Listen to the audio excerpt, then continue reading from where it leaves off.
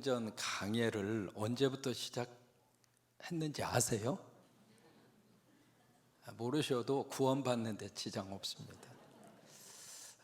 2019년 6월부터 시작을 했습니다. 지금까지 우리가 사도행전 28장까지 오는 동안 얼마의 시간이 지났느냐면 5년의 세월이 지났습니다. 별로 놀라지도 않으셔요. 사도행전에 있어서 가장 중요한 핵심 패시지, 가장 중요한 구절이 사도행전 1장 8절입니다. 오직 성령이 너희들에게 임하시면 뭘 받고? 여러분 교회 오셔서 권능 받고 사세요. 권능이라고 하는 것은 영어로 말하면 파워입니다. 예배 드리면서 힘없이 그리고 연약한 모습으로 살다가 성령이 나에게 임하시면 그때부터 우리 안에 힘이 생깁니다. 에너지가 생기고요. 이건 땅에서 주는 파워가 아닙니다. 세상의 권력에서 나오는 파워가 아니라 하나님이 주시는 파워. 이 파워는 누구도 빼앗아갈 자가 없습니다. 그래서 파워를 받은 다음에, 그 권능을 받은 다음에 예루살렘과 유대와 사마리아와 땅끝까지 이르러 누구 증인이 되리라. 그 내 증인은 누구 증인입니까? 예수의 증인이 되리라. You will be my witness. 그러니까 성령의 불이 나에게 붙으면 무슨 역사가 나타나는가? 여러분, 성령 받으면 어떤 환경이 바꾸어지고, 그리고 조건이 내가 원하는 쪽으로 뒤집어지고. 안 그래요. 성령의 불이 나에게 붙고 성령을 받으면 하나님이 나를 바꾸십니다. 나를 바꾸십니다. 다른 사람 바꾸려고 그러지 마시고요, 내가 달라지면 다 달라지는 거예요. 집에서 왜 이렇게 시끄러운 소리가 나요? 상대를 바꾸려고, 상대를 한번 이겨 먹어보려고. 여러분 솔직하게 말해보세요. 이겨 먹었어요? 안 바꿔집니다. 아니, 못 바꿉니다. 근데 신기한 것은 내가 달라지면 다 달라지는 거예요. 아멘도 안 하셔도. 내가 달라지면 다 달라지는 거예요. 그러니까 나는 그대로 있으면서 다른 어떤 환경과 여건을 아무리 바꾸려고 해도 바꿔지지도 않고, 바꾸려고 그래도 안 바꿔진다 그 말이에요. 그래서 성령이 나에게 임하시면 하나님이 어떤 역사를 행하시는가? 나를 바꾸세요. 나를 바꾸시는데 나의 무엇을 바꾸시는가? 나의 삶의 퍼포즈, 목적을 바꾸시고, 삶에 대한 밸류, 가치를 하나님이 바꾸셔요. 그렇게 하셔서 내가 바로 예수의 증인으로 살아갈 수 있도록. 그래서 사도행전 2장에 가시면 마가의 다락방에 성령의 불이 떨어졌잖아요. 이 시간도 여러분 속에 하나님의 불이 있어요. 그 불이 있으니까 지금 여기 오신 거예요. 그 불이 있으니까 아멘하는 거예요. 그 불이 있으니까 찬양하는 것이고, 그 불이 있으니까 여러분이 하나님의 자녀로 살아가는 거예요. 그 불을 받은 다음에 그들이 뭘 했는가? 그 자리에서 있지 않고 뛰쳐나갔어요. 뭘 위해서? 예수의 증인으로 살려고. 그래서 예루살렘으로 가고 유다로 가고, 거기에 주체적인 그 역할을 감당한 분이 베드로예요. 그것이 바로 로컬 미션입니다. 국내 선교입니다. 그 다음에 사마리아와 땅끝으로 그들이 뻗어가게 되는데, 사마리아 지역의 선교적인 마인드를 가지고 예수의 증인이 된 사람 빌립이에요. 평신도입니다. 그리고 땅끝을 향하여 복음을 가지고 예수의 증인이 된 사람이 그 유명한 바울입니다. 그래서 바울을 중심으로 해서 여러분 아시는 그런 지역 이름들 기억나시잖아요. 고린도, 에베소, 빌립보, 이 지역을 중심으로. 그래서 이제 오늘 말씀도 마찬가지거든요. 이 하나님의 불을 받아서 복음의 거룩한 역사가 쭉 하고 지금 사도행전 28장까지 이것이 뻗어오는데, 사도행전이라고 하는 이 성경은 사도행전 28장 31절로 피어리어드를 찍지 않습니다. 사도행전의 역사는 ing 역사입니다. 현재 진행형 역사예요. 그래서 사도행전 29장을 하나님이 누군가를 통해서 쓰기를 원하세요. 감사한 것은 우리 성광교회를 통해서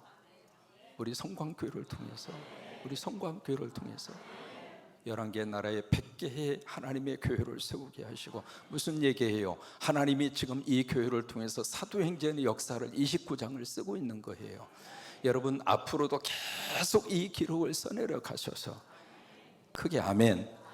그렇게 하셔서 사도행전의 역사를 이어가는 하나님의 교회로 여러분이 섬기는 성광교회가 그렇게 쓰임받기를 바라고, 여러분이 그 주인공이 되시기를 바라고, 그 마음을 담아서 성광! 그런 거예요. 오늘 사도 바울이 지금 땅끝까지 복음을 전하기 위해서 알렉산드리아라고 하는 이 배를 타고 지금 목적지가 어디인가? 이태리 로마입니다.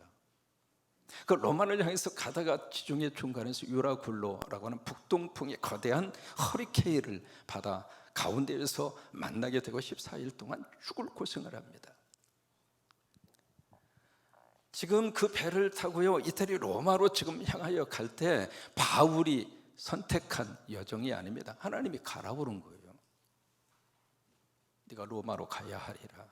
네가 로마의 황제 가이사 앞에 너 서야 돼. 그 비전을 주시고 그 목적을 주신 분이 하나님이세요. 그러면 하나님이 가라고 하는 그 목적지를 향하여 가고 있는데 왜 태풍을 만나게 하느냐고. 아니 태풍을 만난다 하더라도 조금 2, 3일 지나다가 그 태풍을 잔잔케 하든지 그래 주시지, 왜 그 태풍의 한 복판 속에 14일 동안 죽을 고생을 하게 만드느냐 그 말이에요. 여러분 살다가 보면 예기치 않는 사건, 예기치 않는 고난의 파도 속에 우리 스스로가 그 속에 한 복판 속에 던져진 것처럼 그런 환경 만날 수 있어요, 없어요? 만날 수 있어요. 여러분 누구나 다 마찬가지예요. 그럼 우리 마음속에 그런 질문이 던져지는 거예요. 새벽 기도하고 나름대로처럼 섬기는데 왜 그러냐 이 말이에요. 영어로 말하는 why, 왜 내 인생 속에 이런 문제를 만나게 하고 내 인생 속에 이런 파도가 몰아오도록 하나님이 그러고 계시느냐, 그런 마음과 그런 질문이 우리 마음속에 생길 때가 있거든요. 그 사건에 대해서 이해되지도 않고, 아니 이해하고 싶지도 않고. 근데 놀라운 것은 그 태풍 때문에 하나님의 뜻이 이루어지더라 이 말이에요. 그 태풍 속에 하나님의, 영어로 말하면 God's providence, 하나님의 섭리가 있더라 그 말이에요. 그것을 우리는 잘 이해할 수가 없어요. 왜? 지나놓고 나야 그것이 깨달아지거든요. 바울도 마찬가지입니다. 이 태풍 때문에 그들이 도착한 장소가 멜리데라고 하는 그 섬에 딱 도착해요. 결국에 가서는 그 만약에 유라굴로라고 하는 허리케인이 없었다면 그 멜리데 섬에 갈 일이 없습니다. 근데 거기에 도착했기 때문에 멜리데라고 하는, 지금으로 말하면 몰타 공화국이 되겠죠. 몰타 공화국 전체가 십자가 세워졌고 복음의 예수의 살림의 꽃이 피어나고, 때로는 내가 이해할 수 없는 일을 만난다 할지라도 하나님께서 그쪽으로 내 삶의 방향을 누가 이끌어 가시는가? 내가 이끌어 가는 거 아닙니다. 하나님 믿는 사람은 하나님 아버지가 우리의 삶을 그쪽 방향으로 끌고 가시고,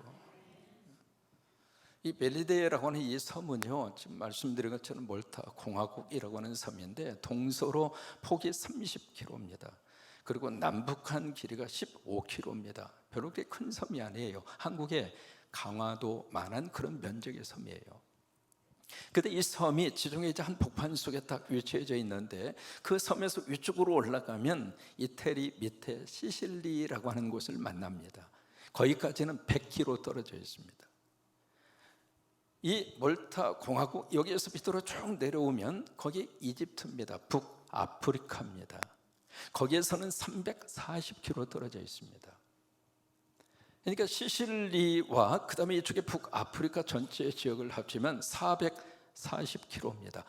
거대한 그 지중해 440km가 되는 이 광활한 지중해 이 한 그 바다에 거기에 조그만한 섬, 남북의 길이 15km, 거기에 이 알렉산드르 이 배가요 스스로 조종할 수 있는 기능을 상실했어요. 그런 배가 그 15km 되는 그 섬에 도착할 수 있는 확률은 3.4%입니다. 거의 불가능합니다. 근데 누가 도착하게 하셨는가? 하나님이 도착하게 하신 거예요. 여러분, 우리는 불가능해도 하나님에게는 가능합니다. 나는 못해도 하나님은 하십니다. 그게 여러분, 그것이 믿음 안에서 주시는 하나님의 거룩한 능력이고 축복이에요. 그래서 이 섬의 불시착을 해서 오늘 사도행전 28장에 두 가지 사건을 여기서 만나게 돼요. 첫째로 무슨 사건을 만나게 되는가? 바로 독사에 물리는 사건을 바로 이 멜리데 섬에서 만나게 되고, 두 번째는 무슨 사건을 그들이 경험을 하는가? 치유의 사건입니다. 여기 바울과 276명, 그 배에 탔던 사람이 276명이니까 이분들이 불시착을 딱 했는데 그때 겨울이거든요. 그래서 추워서 펄펄 떨고 있는 것을 보고 거기에 있는 원주민들이 동정의 마음을 베풀어서 모닥불을 피워줍니다. 근데 그 일에 이 사도 바울이 가만히 앉아서 구경하고 있었던 것이 아니라 같이 나뭇가지를 주고 와서 모닥불을 같이 피우는 거예요. 여러분, 바울이 그 당시에 거기서 살아남은 사람의 입장으로서는 바울이 영웅입니까? 아닙니까? 영웅이죠. 왜? 바울 때문에 살았잖아요. 그러면 자기들의 목숨을 살려준 사람이 바울이잖아요. 그럼 그 사람들 입장으로 보면 이 바울은 영웅이라고요. 그러면 영웅 대접을 받을 만한 위치에 있는 사람이 바울이에요. 근데 바울은 그 자리에서 폼 잡고 있지 않았어요. 내려왔습니다. 그러니까 평소에 바울의 마음속에 남을 위한 섬김의 마음이 몸에 배어져 있는 거예요. 여러분, 바울이 그래서 큰 사람이에요. 하나님이 여러분들을 높여주신다 할지라도 그 자리에서 폼 잡고 계시지 말고, 저는 우리 한국의 정치인들이 그랬으면 좋겠어요. 정말 아멘입니다.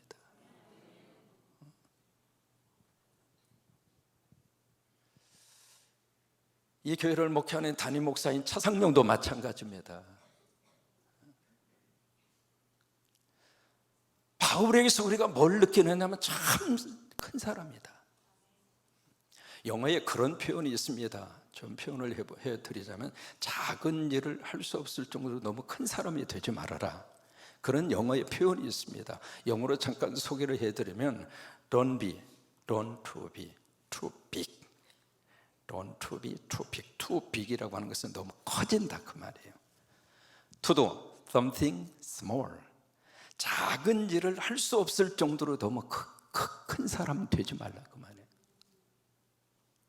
이게 스스로가 너무 크다고 생각하면 그 밑에 있는 모든 사람들 전부 다 자기보다 작은 사람으로, 자기보다 못한 사람으로. 아니에요. 바울은 그러지 않았습니다.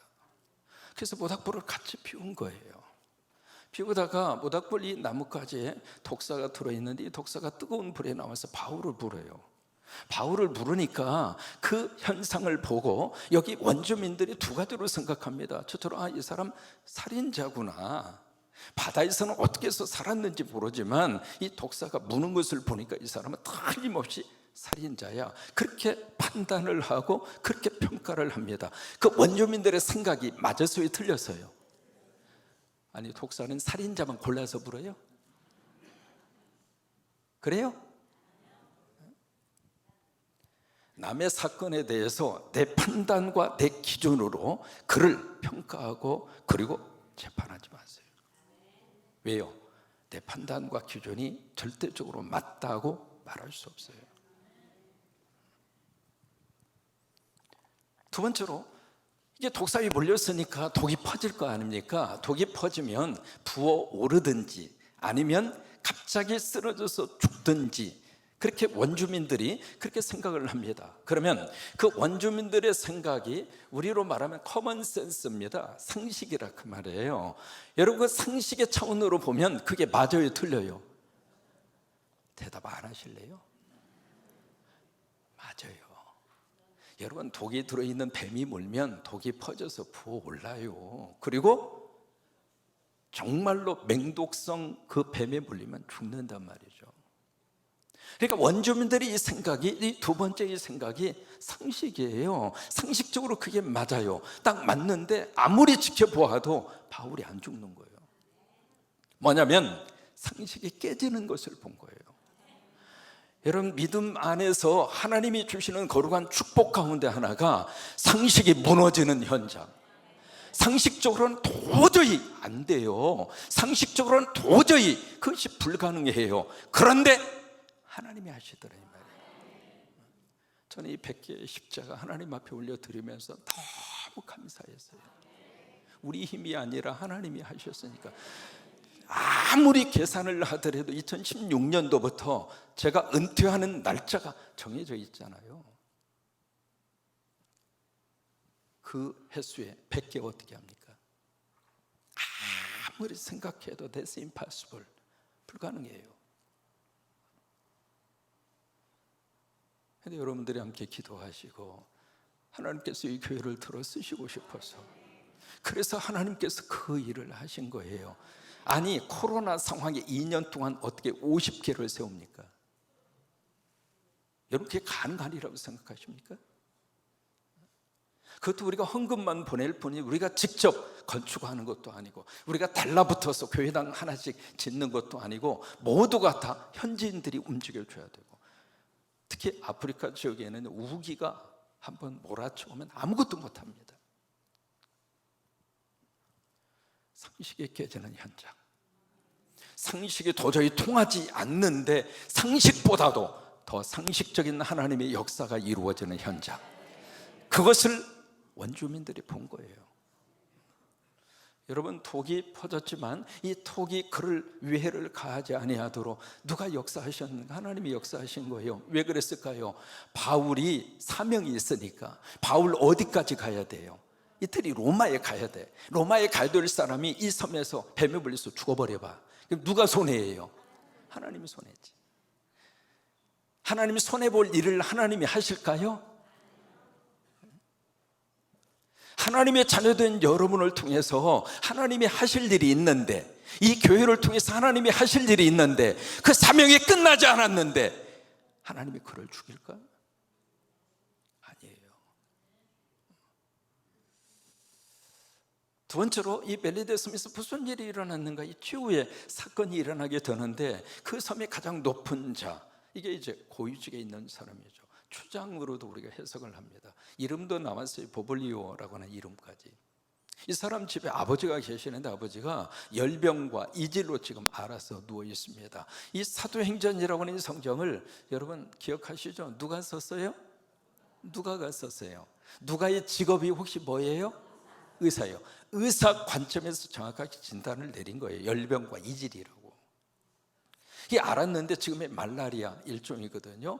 열이 심하게 한 4개월 정도 그 고열로 인하여 고통을 당하다가 때로는 2년 내지 4년 정도 투병생활을 하다가 심한 경우에는 죽어요. 이 아버지가 그 열병과 이질에 걸려져 있는데, 오늘 성경 한번 펼쳐보실래요? 무슨 일이 일어나게 됐는가? 오늘 본문 8절이잖아요. 성경 8절 같이 만약에 펼쳐져 있으면 같이 한번 읽겠습니다. 보볼리오의 부친이 열병과 이질에 걸려 누워있거늘 바울이 들어가서 기도하고 그에게 안수하여 낫게 하매. 바울이 들어가서 뭘 했어요? 안수기도 한 거예요. 안수기도 하니까 누가 낫게 했죠? 하나님이 낫게 하신 거예요. 무엇을 통해서? 바울의 안수기도를 통해서. 여러분, 주회 중에 안수 기도를 통해서 하나님이 그렇게 역사하실 때가 있어요. 그래서 이제 그 보볼리오의 아버지가 그 열병과 이질로부터 치유를 받은 거예요. 근데 그게 이 섬 전체에 쭉 퍼지게 됐죠. 그 조그마한 섬이니까. 지금도 몰타 공화국 전체 인구수가 45만 명입니다. 전 세계에서요 가장 작은 국가 중에 하나입니다. 인구 밀도가 세계에서 이겁니다. 이게 조그마한 섬이니까 이것이 쫙 이제 소문이 퍼졌겠죠. 자, 9절에 보시면은 이러므로 섬 가운데 다른 병든 사람들, 복수죠. 그런 병든 사람이 다 와서, 그 다음에 9절 끝에 보시면 뭘 받았어요? 고침을 받았어요. 여러분, 지금도 하나님의 거룩한 역사로 우리를 치유하십니다. 성경에서 하셨으면 지금도 주님은 할 수 있다. 성경 속에다가 예수 그리스도를 가둬놓지 마시고, 하나님을 여러분이 인지하고 여러분이 생각하는 그 카테고리 속에 전능한 하나님, Almighty God, 그 하나님을 가두지 말라 이 말이에요. 내 믿음이 없어서 그런 거지. 그 섬에 있었던 모든 사람들이 다 치유를 받은 거예요. 말라기 4장 2절 말씀, 여러분 유명한 구절이잖아요. 말라기 4장 2절 같이 고백합니다. 내 이름을 경외하는 너희에게 공의로운 해가 떠올라서. 여러분 이게 구약 성경의 결론입니다. 의로운 해가 떠오를 것이다.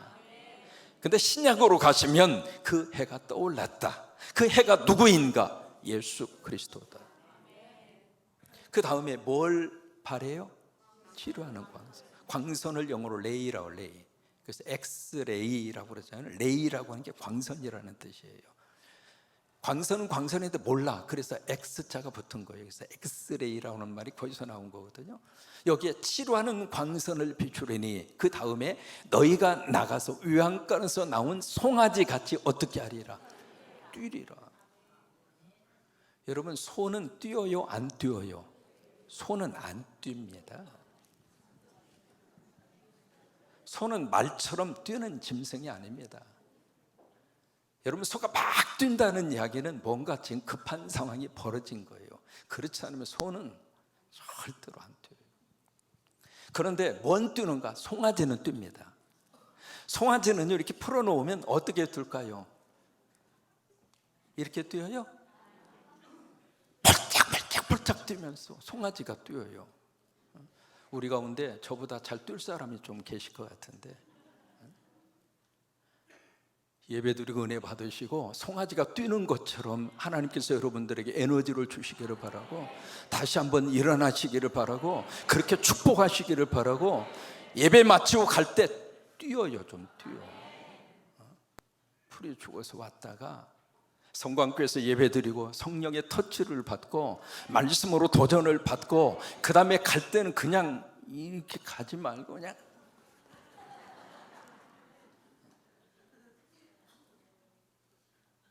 송아지같이 뛰리라. 로마 제국의 역사학자 가운데 로마 제국 역사에 있어서 세계적인 권위자가 램지 맥물런이라고 하는 에일 대학의 역사학 교수입니다. 그 사람이 로마 역사에 대한 세계적인 권위자입니다. 그분이 바로 이런 이야기를 합니다. 기독교가 로마를 정복할 수 있었던 결정적 이유가 뭐냐? 여러분 로마 제국 보통 제국이 아닙니다.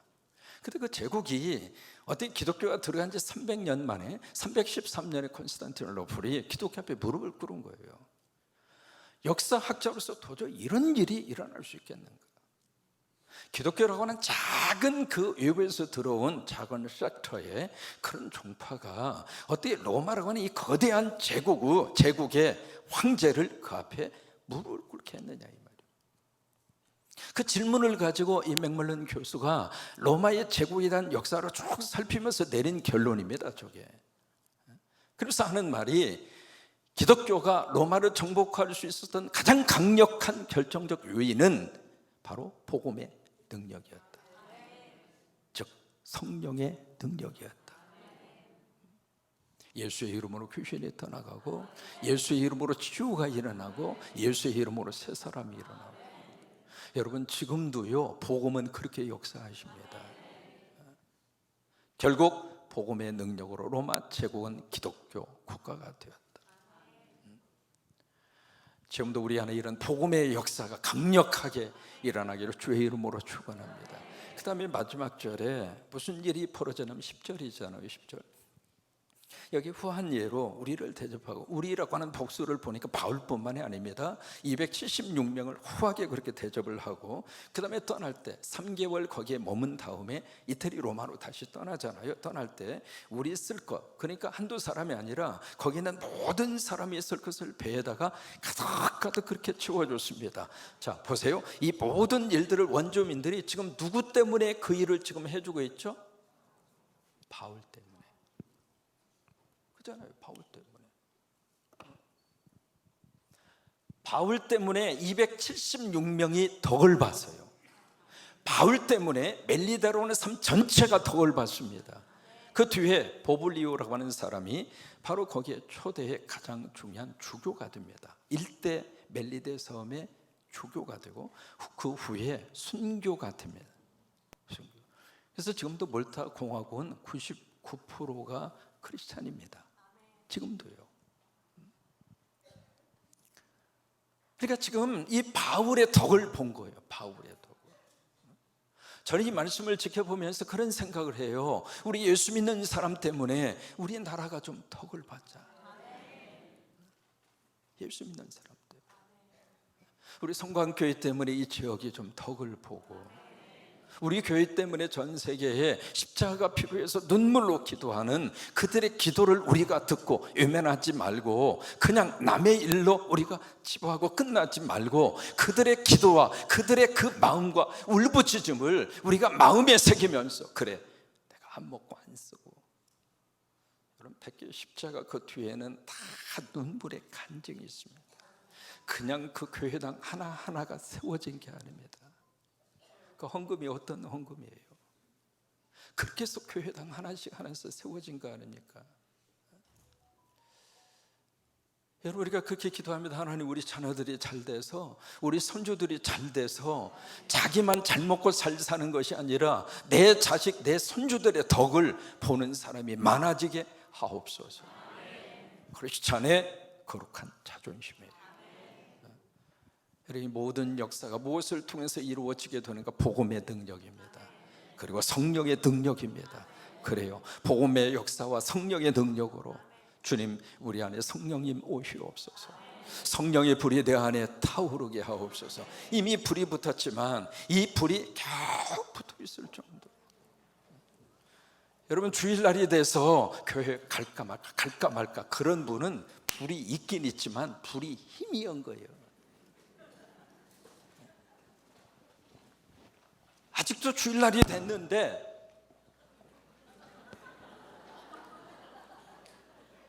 참 타이밍 좋네. 주일날이 됐는데 예배당 갈까 말까 그러고 있으면 내 안에 불이 좀 타오른다고 누가 말하겠느냐.